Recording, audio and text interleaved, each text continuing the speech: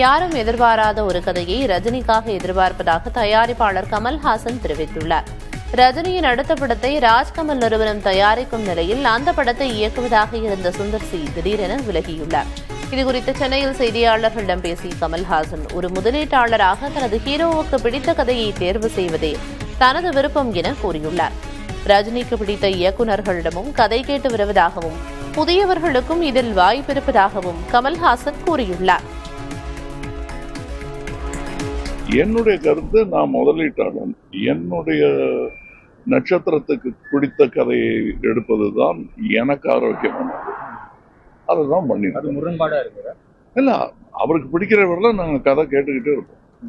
அப்போ புதியவர்களுக்கு ஏதாவது வாய்ப்பு இருக்கா? வாய்ப்பு இருக்கு, எதிர்பார்க்கிறோம். கதை நல்லா இருக்கணும், அவ்வளவுதான்.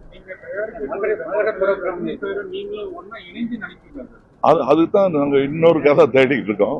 இப்போதைக்கு இது பண்ணிட்டு இருக்கோம். இந்த மாதிரியான கதை எதிர்பாராததை எதிர்பாருங்க.